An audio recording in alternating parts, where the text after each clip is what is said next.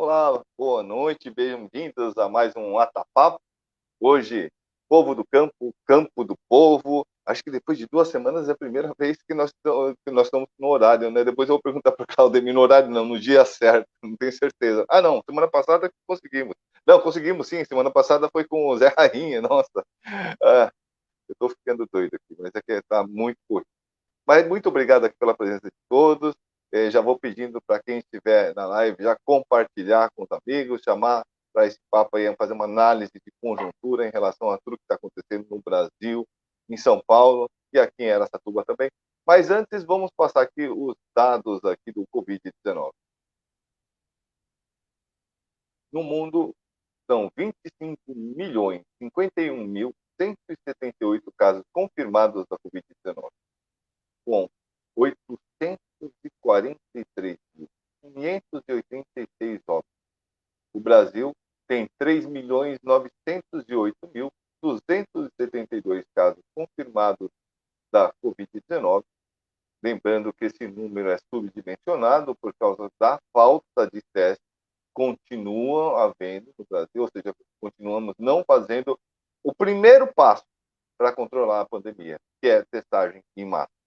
Né? Por isso que nós estamos aí completando, eu não sou mais capaz de dizer que nós estamos há 4 meses, 5 meses nessa situação, e aí aqui a nossa região aqui de Araçatuba, em bandeira amarela, daqui a pouco nós estamos entrando na verde, sendo que os números continuam a crescer. Mas aqui no Brasil nós tivemos aí 121.381 óbitos. No estado de São Paulo, são 804.342 casos confirmados da Covid-19, com 30.014 óbitos até o momento. Vou encerrar aqui o compartilhamento dessa tela. Trazer o nosso companheiro Claudemir aqui. E aí, Claudemir, boa noite, tudo bem? Boa noite, reverendo. Boa noite a todos, os companheiros que estão chegando aí, os que vão nos ouvir, nos ver mais tarde. Sejam todos muito bem-vindos. Mas, reverendo, a gente fica aqui olhando esses números, né? E o grande problema do Covid-19 não é a doença em si, mas é quando a sociedade passa a olhar apenas o número e ela não passa a olhar o sofrimento que isso causa. Não são mais de 121 mil mortos, são mais de 121 mil famílias que sofreram com esse problema. Não são quase 4 milhões, aí, 3 milhões e pouco, se eu dei os dados aí, de infectados. São 3 milhões e meio de pessoas que sofreram. Nós vimos o caso do músico sertanejo, Cauã, né, se não me engano, é o nome dele, o quanto ele sofreu numa UTI, né? Sua mãe pegou Covid-19, estava hospitalizada, seu pai estava hospitalizado e entubado, né? Seu irmão também pegou, se recuperou, sua namorada também pegou. Veja só. E aí, a gente, no meio disso tudo, a gente não vê uma vacina, a gente não vê uma mudança, né, de atitude, e a única coisa que a gente consegue dizer que teve de evolução no Covid-19 foram que os profissionais de saúde, eu volto a repetir, os profissionais de saúde, no dia a dia, lidando com a vida e com a morte, lidando com o perigo de ser infectado, foram aprendendo a lidar com a Covid-19 e, com isso, ajudando a sociedade brasileira, né, a diminuir o sofrimento de famílias, a impedir contágios, mas por conta dos profissionais de saúde, desde o atendente, desde o atendente na porta do postinho de saúde do bairro, ao médico da UTI que intuba um paciente. foram aprendendo a lidar. Nós não vimos uma mudança de atitude. Nós não, nenhum ministro de saúde nós temos. Nenhum ministro de saúde nós temos. São kits de testes que foram enviados para os estados, faltando ingredientes, faltando elementos lá que pudesse completar o kit. E aí eu não me atenho a querer explicar tecnicamente, porque não sou da área, mas doutor Rodolfo, amanhã estarei aqui após para poder explicar a todos. Aí, em meio a isso, se não bastava desviar dinheiro do combate ao Covid-19 em alguns estados. Foi agora a ação só no Rio de Janeiro, que eu acho lastimável que tenha sido apenas no Rio de Janeiro, porque fazendo enfrentamento, que é um governo que faz enfrentamento, que se elegeu com apoio do governo Bolsonaro, e eles acabaram lá brigando. O casamento Bolsonaro, que pode fazer muito esse paralelo do casamento, acho que é mais um casamento dele que não deu certo, né? Ele já teve 3 ex-esposas, agora é mais um casamento que não deu certo, né? Aí a ação foi só lá, mas não é só no estado do Rio de Janeiro que aconteceu isso. Eu li um relato, uma matéria, que tinha disparates que o mesmo respirador comprado em um estado por 10 mil reais, em outro foi comprado por 100 mil, sabe? Hospital de campanha que nunca ficou pronto. Como se pode isso? Além de ter esse descaso, esse desvio do dinheiro público da saúde, por outro lado, nós temos o governo federal que não investiu no combate à Covid-19 até agora aquilo que está previsto. Então, ou seja, diante disso tudo, a Organização Mundial de Saúde, muito preocupada, passando relatórios diários, né? Nós estamos agora com a volta às aulas.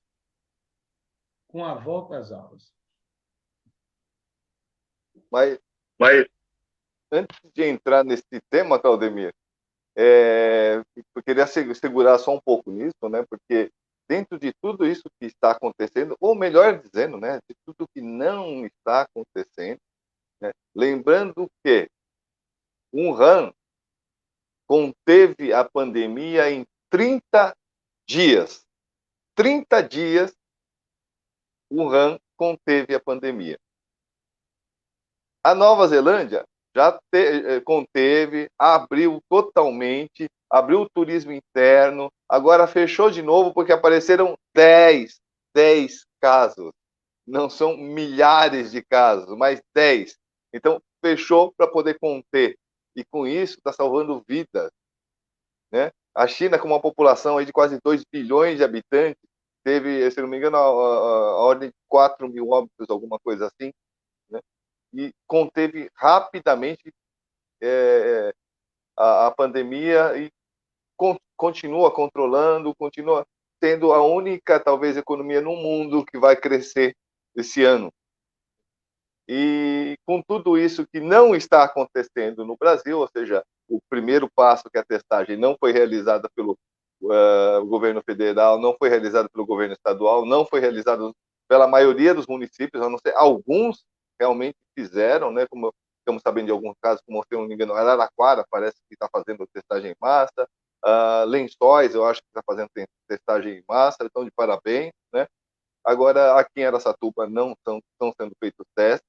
E para piorar, aliás, antes eu quero dar boa noite aqui para o André Alves, né, que esteve aqui numa live há 2 semanas atrás conosco, a Djanire, nossa companheira ali de Alagoas, da FNL, liderança da FNL, ali, sempre conosco, Iracema, filha da Djanire, a Bruna, boa noite, Bruna, sejam bem-vindas. Vamos pedir, olha, tá faltando like aqui, eu só estou vendo um like até agora, vamos dar uns likes, uns coraçõezinhos aí, será que a gente não merece uns coraçõezinhos, hein, Claudemir? E com tudo isso, agora com a PL 529/20 em São Paulo, né, o governador Dória quer simplesmente acabar com assim, um número enorme de instituições públicas extremamente importantes para, por exemplo, pesquisa. né? Atacar, ele quer surrupiar todos os fundos da FAPESP. Então, quem é que vai desenvolver os respiradores? Qual a tecnologia vai ser desenvolvida para respiradores aqui no estado de São Paulo, se não tem verba para pesquisa? Como é que nós vamos ter testes desenvolvidos aqui no Brasil se não tem verba para pesquisa? Se ele vai acabar com as universidades, vai acabar com todo o serviço. E ainda essa PL acaba com uma série de outras coisas, que aí o Claudemir pode falar melhor do que eu. Por exemplo, as casas da agricultura e muito mais. E agora eu passo a bola para você falar um pouquinho. Nós não estamos muito por dentro dessa PL, mas é algo que já temos que combater desde já. E aí depois a gente avança também para as aulas e tudo mais. Esta PL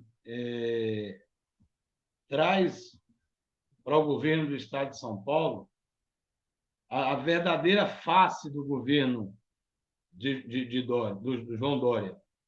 Ele se elegeu com o discurso do Bolsodória. É o lixo do lixo.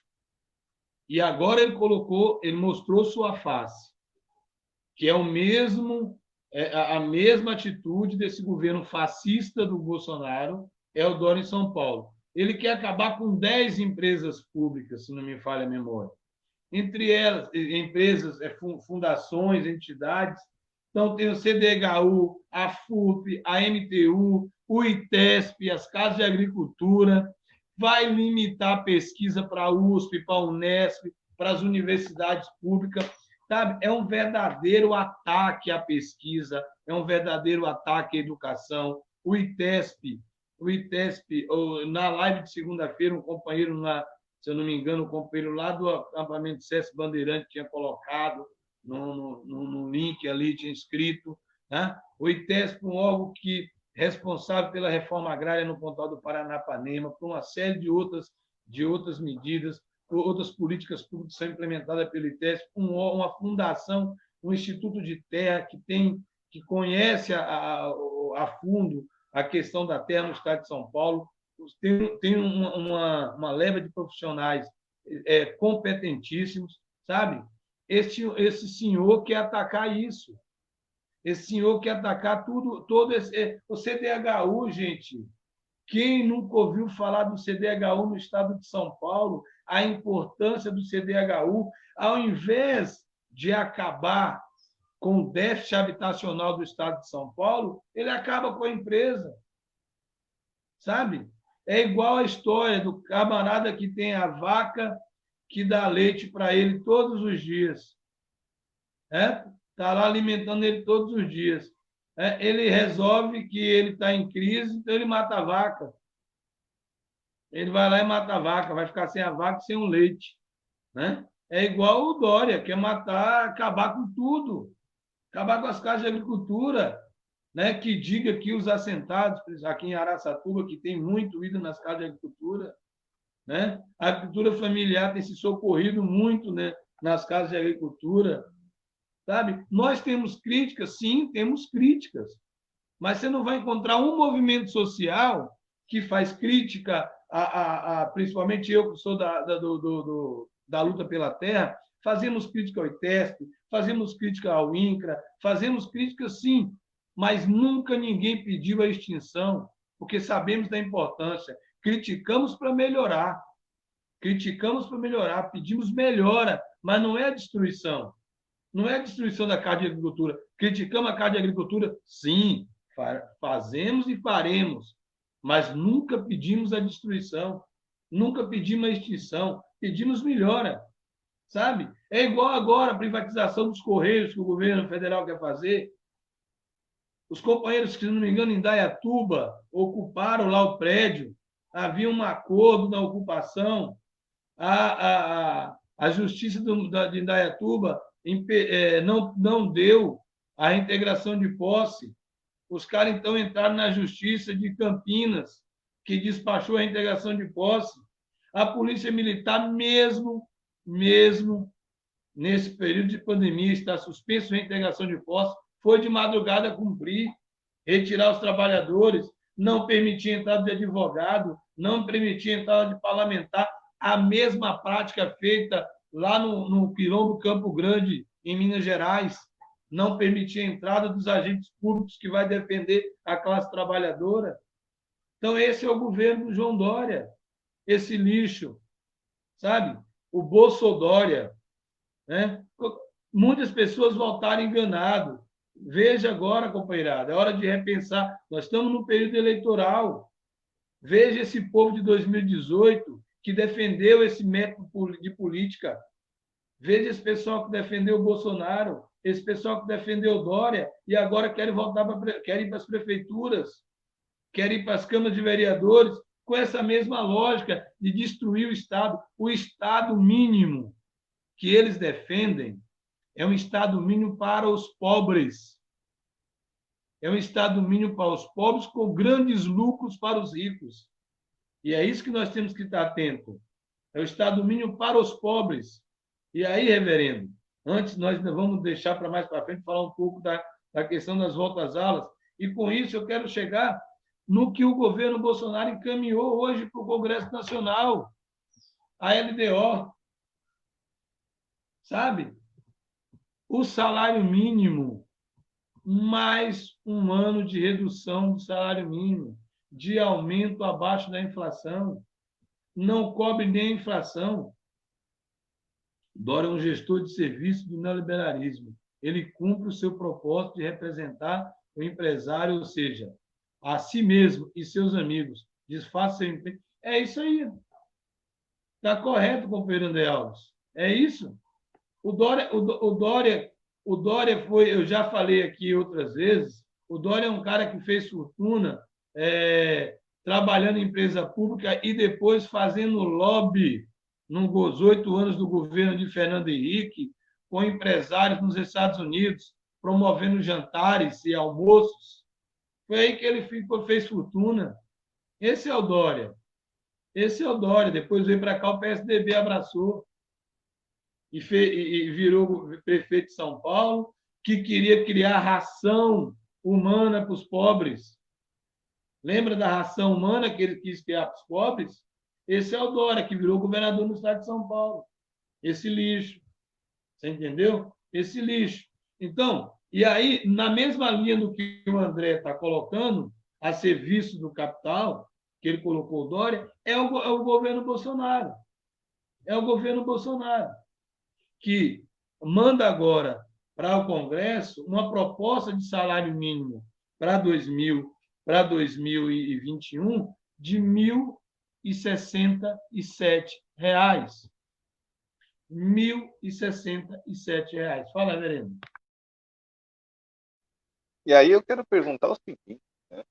Porque falam que a inflação está baixa, os índices, os números divulgados são de inflação baixa, mas eu queria saber aonde está essa inflação baixa. Porque, assim, olhando a prática minha, pelo menos, a cada semana que eu vou no supermercado, eu não vejo isso. Não vejo, assim, o preço dos alimentos, da cesta básica está estourando, né? Está crescendo absurdamente. Né? Itens básicos, óleo de cozinha, óleo de soja. Óleo de soja e óleo de milho praticamente estão o mesmo preço já. Combustível caiu um pouco, voltou a subir, agora sobe mais ainda. Arroz, o feijão, enfim, eu queria saber a carne. A carne, então, nem se fala. Hoje o pobre não tem mais condição de comer carne. Né? Talvez isso seja um mérito desse governo, né? Vai transformar, então, toda a população em vegano.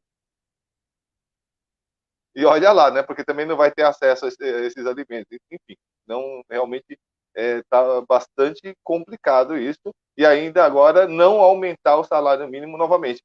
Quando a gente fala em não aumentar o salário mínimo, quer dizer que estamos acumulando perdas. Nós temos que entender isso. Não fazer o reajuste do salário mínimo é o mesmo que abaixar o salário mínimo.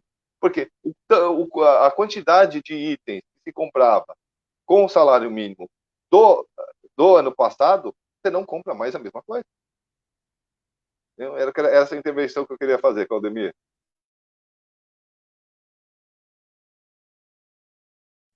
Claudemir, tá mutado.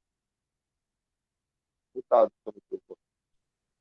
Reverendo, é bom a gente lembrar que eu acho que o governo Lula que implementou uma nova base de cálculo para o salário mínimo, isso com o aval das centrais sindicais, uma discussão, que era a inflação do ano anterior mais o PIB de 2 anos antes.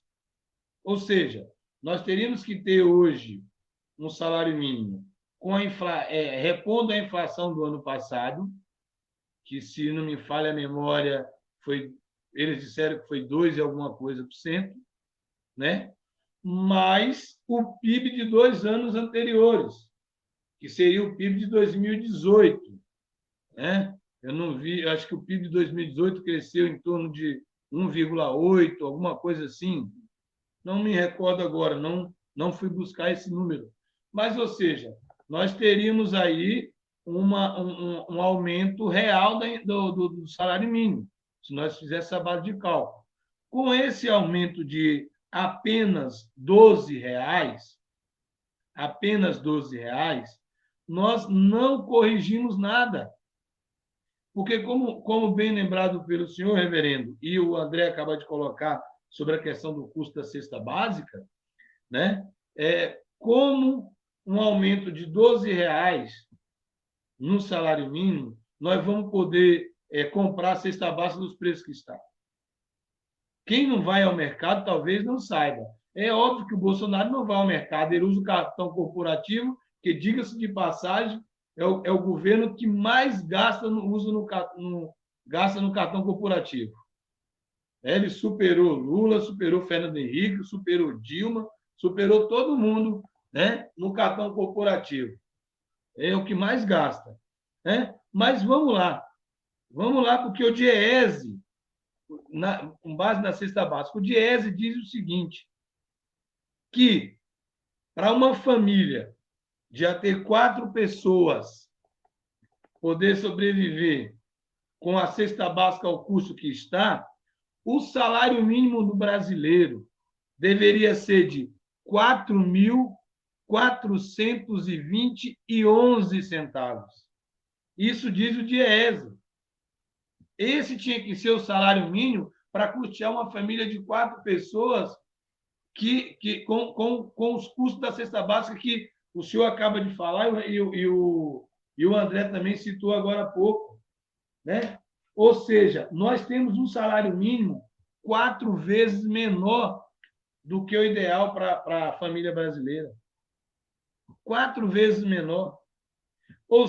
Enquanto dão para um pai de família um salário mínimo de 1.067, nós temos vale paletó de 5.000, vale aluguel de 5.000, os penduricalhos que colocam para os deputados, que colocam para os juízes, para o STF, para as Forças Armadas.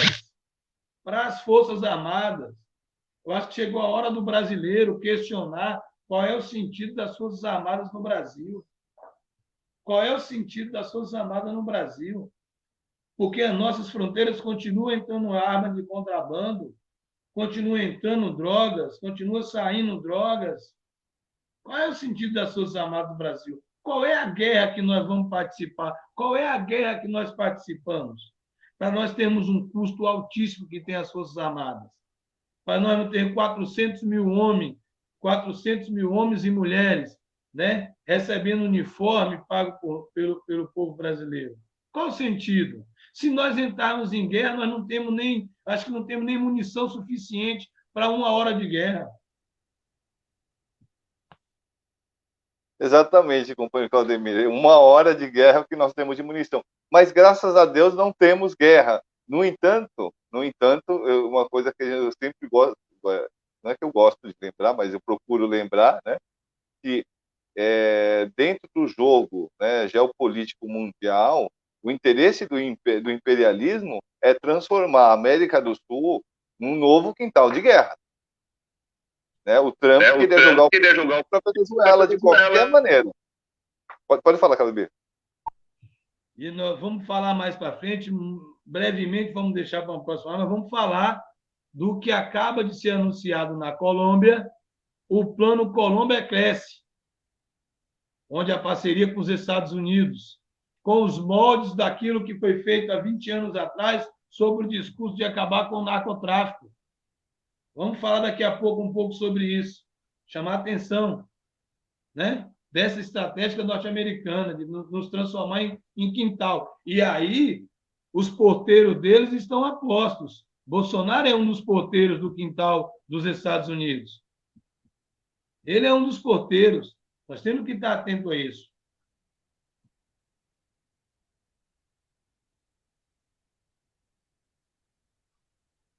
Pois é, companheira Jane, está falando aqui de duas situações.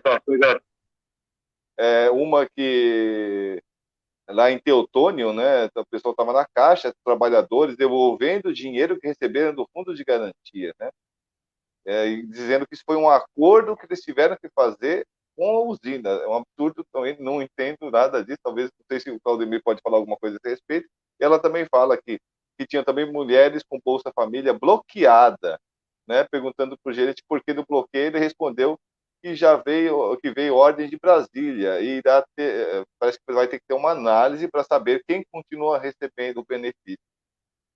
Uma loucura total. Mas devolvo a palavra para você, Claudemir.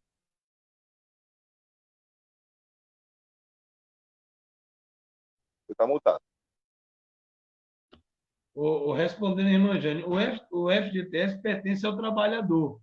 Eu não conheço base legal para isso, mas vamos consultar os companheiros nossos da Feira ESP sobre estas manobras e aí nós daremos uma resposta melhor, irmã Jane, porque os companheiros da Feira ESP tratam diretamente com os trabalhadores que trabalham nas usinas de cana e poderá nos auxiliar nesta questão. Mas eu vou buscar essa informação e apresentaremos aqui no Atapapo. Tá? Eu não vejo instrumento legal para isso, porque o FGTS pertence ao trabalhador. Não tem lógica ele devolver a usina. Vamos verificar isso. Mas voltando à questão do salário mínimo, reverendo, o salário mínimo, esse mecanismo de valorização, que foi lá em 2007, que vinham dando um aumento real ao salário mínimo, um aumento real, a partir do golpe de 2016, que o vampirão Temer entrou, eles começaram a destruir isso aos poucos. Mas o ano passado, esse desgoverno tosco do Bolsonaro aboliu de vez essa metodologia de valorização do salário mínimo.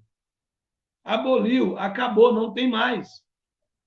Não existe mais. Você entendeu? Então, esse ganho real que nós tínhamos e que a gente foi vendo, que o trabalhador foi vendo, ano a ano, a partir de 2007, essa valorização não vai existir mais. Nós estamos com inflação crescendo, PIB diminuindo, mas mesmo assim o governo não está passando nem a inflação. Nem a inflação. Para a companheirada entender, é o seguinte: a inflação é o aumento que teve o custo de vida do trabalhador no ano. E aí o governo repõe isso para o trabalhador com o aumento, no mesmo percentual que subiu a inflação, o aumento no salário mínimo para o ano seguinte. Nem isso eles estão dando. Nem isso está sendo dado. Reverendo? Só para fazer um comentário em relação a essa análise do DIEESE, né, onde o salário mínimo deveria estar para mais de R$ 4.000, isso é uma análise em cima da cesta básica. Constitucionalmente, o salário mínimo deveria ser o suficiente para uma família de 4 pessoas ter alimentação, moradia, educação, saúde, transporte e lazer. Estamos falando aqui somente em um item: alimentação. Pode prosseguir. Esse análise do DIEESE fez no mês de julho. O DIEESE fez esse cálculo com base na cesta básica mais cara do país, registrada, que foi em Curitiba, R$ 526,14. A cesta básica mais cara do país foi em Curitiba. E a cesta básica mais barata registrada no país no mês de julho foi na cidade de Aracaju, R$ 392,75, né? Com essa base de cálculo, o DIEESE chegou a esse valor que deveria ter o salário mínimo, de R$ 4.420,11. Ou seja, o nosso salário mínimo está em 1.045. Nós estamos 4,23 vezes o salário mínimo vigente no mês passado, é menor do que o ideal, 4,23 vezes. Então, esse é o tamanho. Mas, reverendo, não para por aí as atrocidades do governo. Não para no salário mínimo.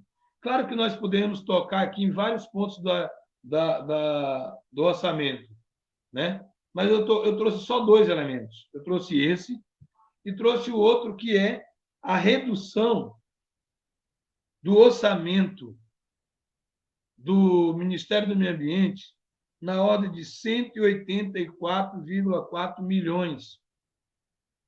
Ele vai reduzir onde? No combate ao desmatamento, na preservação. É lá que está o ó. É lá que está o ó da coisa. Lembrando que este louco desse sinistro, que disse na reunião, lembra lá, a reunião do dia 22 de abril, presidente, vamos aproveitar que está todo mundo falando de Covid-19, vamos passar as coisas que tem que passar, porque onde passa um boi, passa uma boiada. Este camarada, em pleno período de incêndio no Pantanal ardendo em chamas, ele bloqueou 60 milhões de combate ao incêndio, às queimadas. 3 horas depois, ele foi obrigado a desbloquear. 3 horas depois. E não foi por vontade própria, foi por manifestação popular, foi porque os ativistas foram para as redes sociais, foi porque o protesto foi pesado.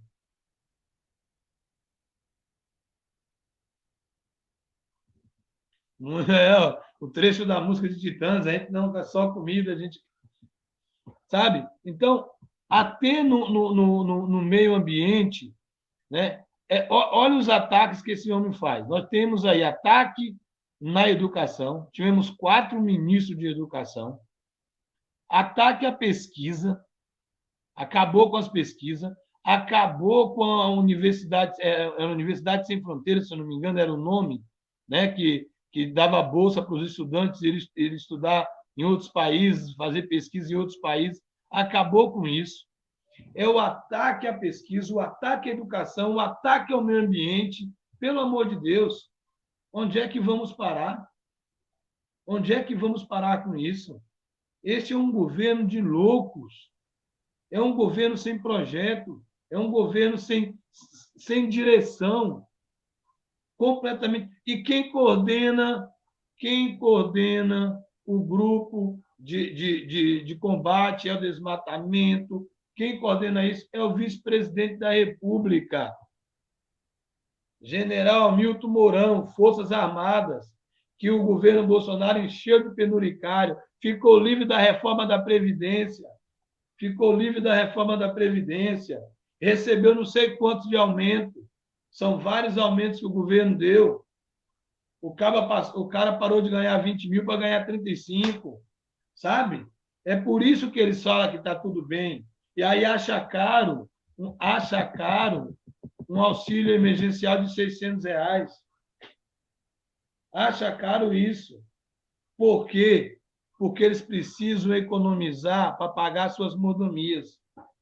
Eles precisam economizar para pagar seus luxos, sabe? E aí ataca o meio ambiente, ataca a universidade pública, ataca a educação brasileira, certo? Que um governo que começa negando Paulo Freire. O que esperar de um governo desse, reverendo? que a gente pode esperar de um ser humano desse? Se é que a gente pode chamar de ser humano. Fala, reverendo. Bom, eu quero aproveitar que chegamos já aos 35 minutos da nossa live e pedir para todo mundo, né? Eu já vi que os likes vieram, coraçõezinhos vieram também, muito obrigado, nós agradecemos. E lançar um desafio, que cada um possa trazer mais um amigo para a live, né? Para a gente estar crescendo aí o número de pessoas que estão assistindo ao vivo, as perguntas são muito boas, a Diane sempre falando, contando casos bastante importantes para nós aqui, os comentários. Boa noite aí, pessoal da FNL, Sesc Bandeirantes, Ademir, né? Depois o Ademir me confirma, né? E o André diz aqui que esse governo tem um projeto, a destruição de todos os direitos. Com certeza, esse é o projeto que esse governo tem, a destruição de todos os direitos, a destruição do país como um todo, né? É, agora eles não conseguiram fazer aquela agenda de vender né, todo o patrimônio nacional, o projeto aí de destruição de todo o patrimônio das estatais brasileiras, mas conseguiram passar coisas importantes, conseguiram destruir, querem continuar destruindo. No entanto, se vem aí também, por outro lado, esse pequeno crescimento que teve o Bolsonaro junto à população mais pobre. Então, ele quer fazer um governo populista, mas não consegue, porque, por outro lado, aí o centrão, as empresas, o grande capital, a plutocracia, deseja o que? A manutenção do absurdo teto de gasto, né? Esse teto de gastos, a PEC do fim do mundo, ou seja, onde já se viu pensar numa situação de pandemia, numa situação onde todas as economias do mundo estão entrando em retração, em colapso, por que não dizer, a sociedade dos Estados Unidos está em colapso, né? Estão em colapso social. Cada evento fica mais claro o colapso social que está acontecendo lá, e aqui querendo se manter teto de gastos. É brincadeira isso? Devolvo a palavra para você. Bem lembrado da PEC do fim do mundo, reverendo, que congelou investimento público por 20 anos, lá no governo do Temeroso. O que nós temos que ter claro é o seguinte: o governo era do Temeroso, agora é do Coisa Ruim, sabe? Só muda o cachorro, a coleira é mesmo.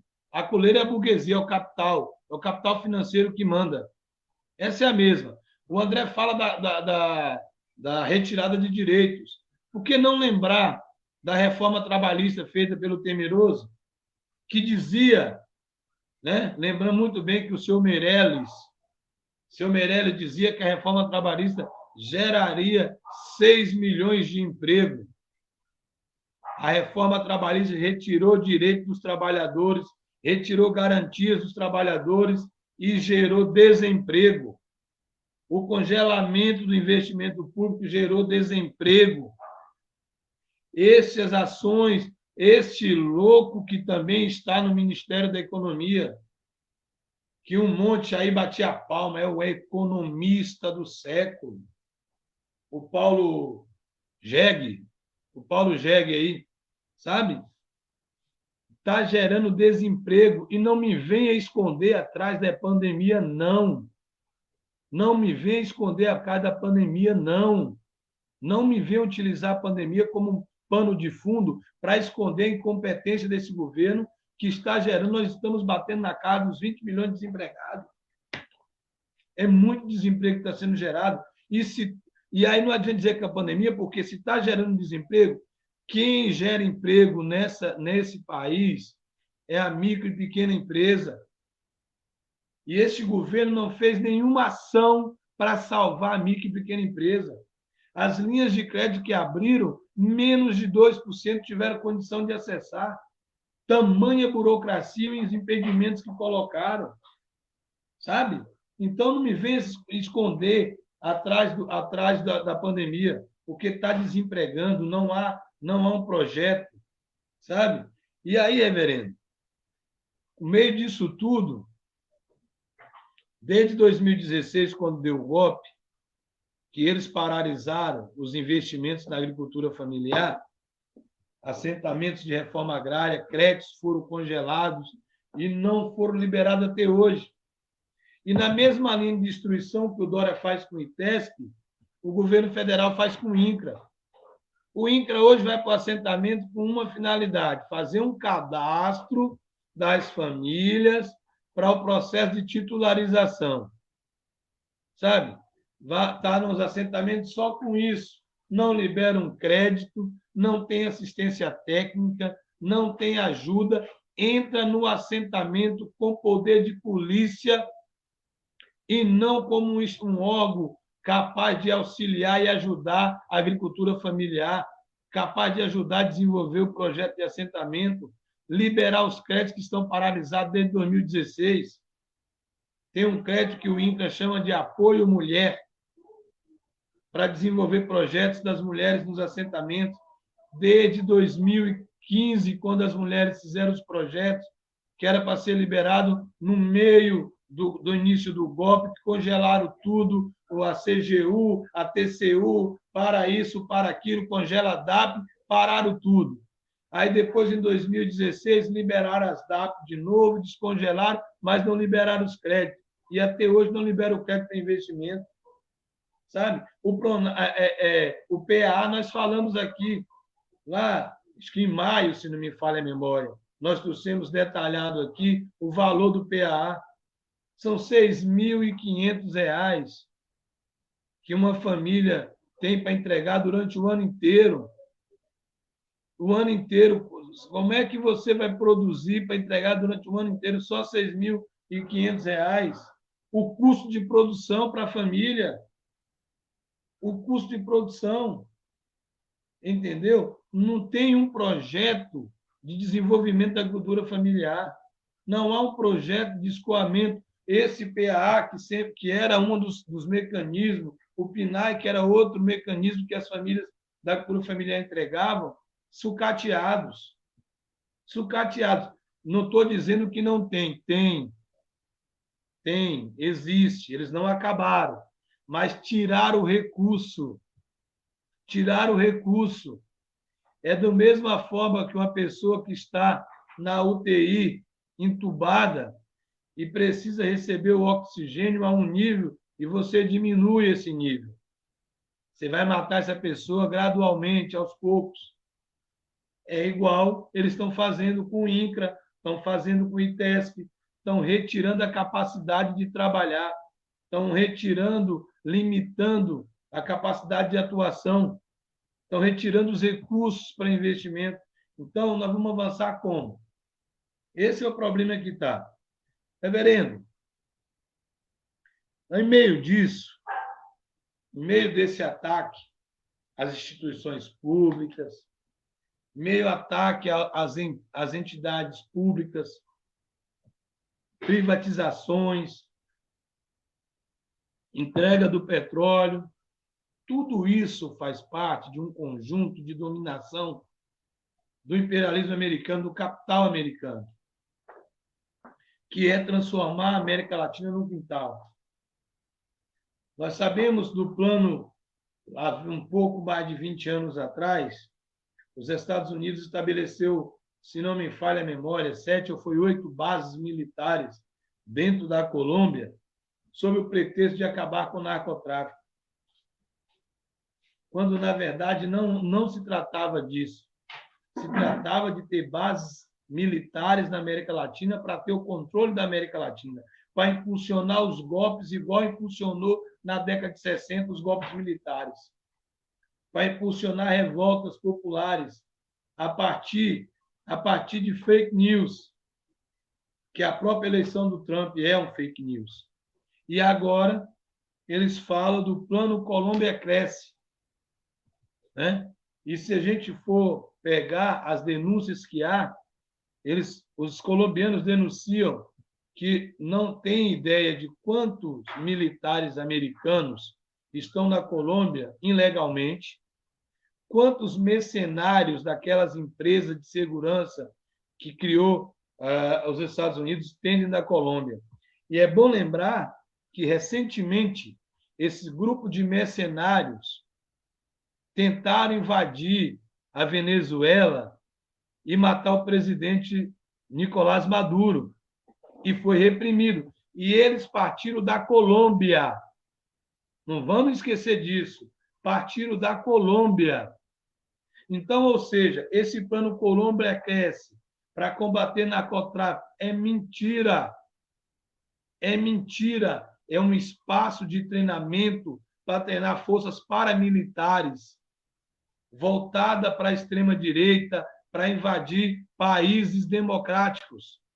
Essa, como o discurso cria fantoches como Sérgio Moro e Dallagnol, que cria essas fake news da Lava Jato, né?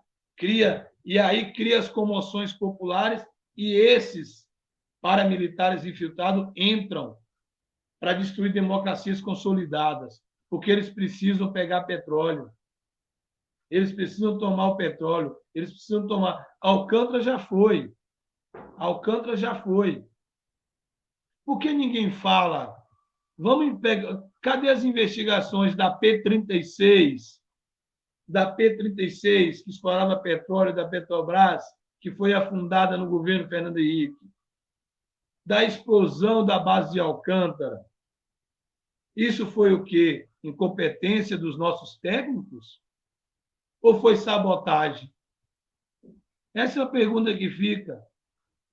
E será que foram sabotagem? Ou será também que essas pessoas não foram treinadas nestas bases implementadas na América Latina?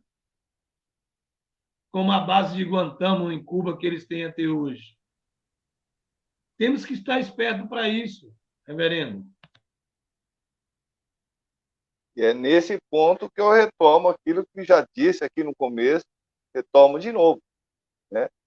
É preciso combater esse desgoverno Bolsonaro a todo custo.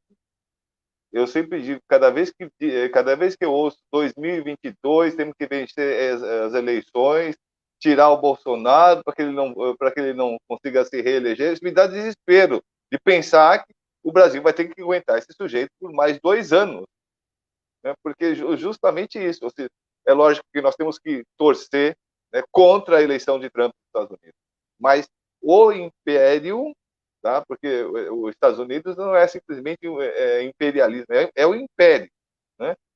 Ele precisa de um quintal, ele precisa de um quintal para estabelecer suas áreas de conflito e assim manter a sua hegemonia. Até agora sempre foi lá o Oriente Médio, alguns lugares da Ásia, mas eles estão querendo voltar a dominar o seu quintal.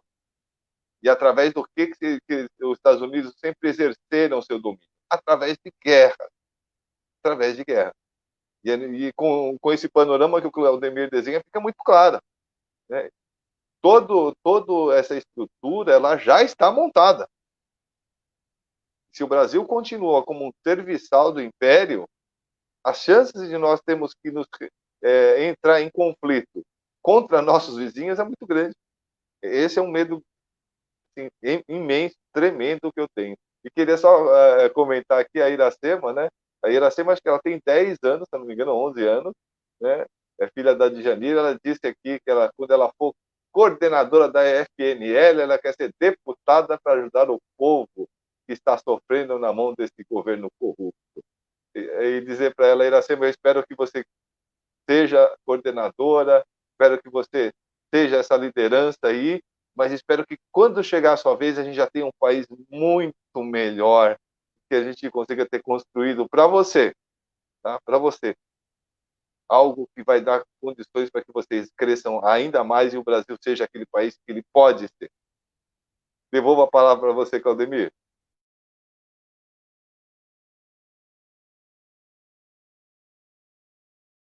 Está mutado. Está mutado, Claudemir. Claudemir. Reverendo, você falava do coiso ficar aí mais 2 anos. E vai ficar, reverendo. Porque o acordo já está montado. O acordo já está montado. Porque nós não vimos mais Bolsominion batendo na Globo e nem a Globo batendo no Bolsonaro. O Rodrigo Maia e o Alcolumbre já defendem o presidente da República. O acordo está montado com o capital, o acordo está montado com o mercado, sabe? E eles vão apaziguar isso aí. Se eles conseguirem tudo que eles querem tomar do país até 2022, para eles tanto faz o cachorro que vai estar preso na coleira, né? Se não, eles vão pensar se renova com coisa ou se coloca um outro. E aí as fake news vão vir novamente, as tal mamadeira de piroca, aos tal kit gay, como foi inventado. E aí, como o André colocou que o Dallagnol é cristão, diz que é cristão evangélico, que é quem mais difundiu esse tipo de mentiras, né? O homem do Poeponte, sabe? Então, eles montaram já todo um esquema para se manter, para entregar as riquezas desse país. E o foco do Bolsonaro é entregar a exploração mineral da Amazônia para o capital internacional. Ele quer meter, colocar na Amazônia, ele quer colocar mineradoras para explorar aquele subsolo, sabe? Ele sempre falou disso. E aí, para isso, ele precisa destruir a Amazônia, ele precisa arrancar as árvores, né? É isso que ele precisa. Então, por isso, essa tira recurso, deixa pegar fogo, matar os índios. Ele sempre disse isso. Ele sempre falou em acabar com os índios, acabar com o negro, acabar com sem terra, acabar com sem teto, acabar com os pobres de um modo geral. Certo? E aí ele disse, e ele conseguiu superar, diga-se de passagem, Bolsonaro conseguiu superar a ditadura militar. Porque ele dizia que a ditadura militar tinha que matar uns 30 mil. Ele já faz 121 mil, né? Diga-se de passagem. Mas, no meio disso tudo, reverendo, no meio de toda essa bagunça que nós estamos vendo deste governo federal, deste governo do Estado de São Paulo, nós estamos aí com a volta às aulas. Nós estamos com a volta às aulas. Escolas de Araçatuba particulares estão voltando segunda-feira. Estão voltando segunda-feira. A Prefeitura de São Paulo, segunda não, terça-feira, a Prefeitura de São Paulo fez uma pesquisa para ver se voltava às aulas com as crianças e percebeu que as crianças eram assintomáticas e estavam infectando as famílias. E o índice era altíssimo. Com isso, eles então suspenderam a aula. Eu acabei de ver agora há pouco que uma criança assintomática ela pode passar até 2 semanas infectando pessoas sem saber que é assintomática. Entendeu? Infectando pessoas. E aí a Prefeitura de São Paulo não volta às aulas. Porque qual é a diferença da capital para as outras cidades? O perigo não é o mesmo? Por que esse negócio de volta às aulas? Gente, nós estamos já no mês de setembro. No mês de setembro. Tem uma APL na Assembleia Legislativa pedindo anulação do ano letivo. Vamos anular esse ano letivo. Não tem sentido colocar essas crianças em sala de aula. São as crianças que estão expostas, são os profissionais de educação que estão expostos e são os familiares que vão ficar expostos. Sabe? Aí porque você fala assim, o meu filho está protegido, mas e o filho do outro? E o profissional de saúde, de educação? Será que está? Será que não está? Qual o contato que tem? Onde é que foi? Não tem, é impossível saber isso. É impossível saber isso. Entendeu? Não tem lógica voltar essas aulas agora. Essas escolas particulares pressionando para que volte às aulas é um absurdo. É um absurdo. E outra coisa, universidades aí que nesse pleno momento de pandemia explorando os alunos, universidades particulares sem redução em mensalidade, cobrando matrícula, um único professor dando aula virtual para todas as turmas dos campos que a universidade tem pelo país. Sabe? É um absurdo um negócio desse e o governo nada faz. Nada faz. Sem falar nas demissões que essas faculdades já fizeram demissões, verdadeiras demissões em massa. Ou seja, eles estão fazendo aulas que têm um custo muito menor para eles, né? É, aumentam as mensalidades, cobram tudo do mesmo jeito e demitem profissionais. Isso afeta tremendamente a economia aqui, por exemplo, de Araçatuba, que é uma cidade que tem várias universidades. Então, desse total de pessoas que trabalhavam nas universidades que foram demitidas, então, deixaram de consumir também, deixaram de movimentar a economia da cidade. Então, isso é realmente uma loucura total. E pensar na volta às aulas agora, realmente, eu não sei que estratégia política estão querendo colocar como se fosse possível, né, esse retorno às aulas, tanto da questão sanitária, que é impossível, como as professoras dizem, né? A escola não consegue controlar piolho, que dirá coronavírus.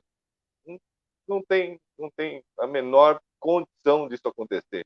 E outra, com toda a falta de estrutura que as famílias mais carentes têm, né, para que as crianças pudessem ter acompanhado as aulas remotas que vinham sendo realizadas de uma coisa que foi feita às pressas para tentar se fazer alguma coisa, mas sem uma estruturação do currículo, da forma de trabalho dos professores, sem um diálogo com os professores, com os alunos, né, com os educandos e com os pais, sem buscar subsídios para que pudesse ser dado equipamento e acesso à internet às crianças. Tudo isso está totalmente defasado. Não existe como recuperar esse ano letivo. É simplesmente um absurdo, em todo e qualquer sentido que possamos ter aqui. E aí é que o André está dizendo aqui, a Diane diz que não consegue compartilhar via WhatsApp só no Messenger. Ah, tá bom, Diane, tudo bem. E o André está dizendo aqui, vamos printar aqui, dizem que as instituições estão fortes, de fato, estão especialmente quando se trata de garantir o capital do capitalista. Para o pobre, as tais instituições sempre só foram fortes na violência praticada contra o negro, o pobre, o indígena. Manter Bolsonaro até 2022 para garantir a democracia significa isso, quando se diz que as instituições estão fortes. E aí ele fala que querem a volta às aulas para que os pais possam ficar liberados para trabalhar no comércio. Só se for isso mesmo. Só se for isso. É uma coisa realmente sem pé nem cabeça. E aí eu vou retornando a palavra final para você. Aí temos mais 2 minutos de live, Claudemir, para você fazer as suas considerações finais aí. E aí a gente se despedir do pessoal. Isso está mutado, está mutado. O André fala ali que as instituições sempre foram para os pobres, deixa eu procurar aqui de novo, para falar o texto direitinho como ele falou, né? Que ele coloca isso. Para o pobre, as instituições sempre só foram fortes na violência praticada contra negros, pobres, o indígena. E aí, nesse trecho, eu quero lembrar aqui da jovem Flávia, que foi pega pelo pescoço na Copebank, né, que foi vítima de racismo dentro da Copebank, e o Ministério Público manda arquivar as denúncias contra os agressores. Isso é um absurdo. Isto é uma forma de violência contra o que ela passou, naquele supermercado. Eu vi no G1, o G1 colocou essa decisão do Ministério Público e colocou o vídeo dela sendo pega pelo pescoço. Sabe? Que absurdo um negócio desse. É para isso que servem as instituições públicas? É isso que é garantia de direito, que o Ministério Público é um fiscalizador para garantir direito? Onde? Está garantindo o quê? Pelo amor de Deus. Né? Falar daqueles loucos bolsomínios que divulgaram o hospital e o nome da menina que sofreu aquela violência a criança de 10 anos de idade, que agora, no exame de DNA, comprovou que o feto era realmente filho do tio da menina, sabe? Não pode deixar esses casos passar simplesmente para acabou o foco. Não acabou o foco. O racismo está aí, a violência contra os negros, contra os pobres, contra os indígenas, contra as mulheres está aí. Não pode deixar passar isso. As mulheres vítimas de estupro está aí. Uma criança durante 4 anos, dos 6 aos 10 anos, sendo vítima dessa violência, que dor. Como estava a cabeça dessa criança? O médico do hospital, onde foi feita a intervenção com autorização judicial, disse que tão logo foi feita, a menina começou a rir, mudou o semblante de alívio, porque aquilo era expressão de dor, de medo, de coação. E aí uns loucos vão para a porta do hospital chamar os profissionais que foram atender uma demanda judicial de assassinos, chamar a menina, a família, invadir a casa da menina. Pelo amor de Deus, não pode deixar um pessoal desse na rua. E com isso, reverendo, eu concluo dizendo também que a semana que vem nós teremos o debate aqui sobre a Cesta Solidária da Agricultura, lembra? Vamos fazer o debate na semana que vem com as companheiras lá de Lins, de Promissão, né? Companheira do MST, vai estar outros companheiros aqui, companheira Bruna, assistente social, vai estar com nós aqui. Vamos falar um pouco desse projeto da Cesta. Vamos começar. Convido a todos para estarem no Atapapo segunda-feira que vem, às 20 horas. Um abraço a todos, uma boa noite. Muito obrigado pelo Claudemir. Boa noite a todos. Agradecemos a presença. Espera aí que tem mais um recado aqui. Ah, tá. Do CESP, do Ademir, e da CESP Bandeirantes, né? Bolsonaro nunca foi democracia, com certeza não é democracia. Agradecemos a presença de todos. Quero lembrar que amanhã, né, nosso quadro Saúde em Tempo de Pandemia, né, atualizações com o Dr. Rodolfo. Na quinta-feira, Espiritualidade Humana, Fé e Política. Então, reservem os horários, compartilhem aí com os amigos e vamos aqui aumentar a audiência cada vez mais do Atapapo para que essas mensagens, essas informações, esse papo possa chegar a cada vez mais gente e quem sabe a gente consegue aí, junto com tantos outros movimentos, não ter que aguentar Bolsonaro até 2020. Um grande abraço a todos. Que Deus os abençoe.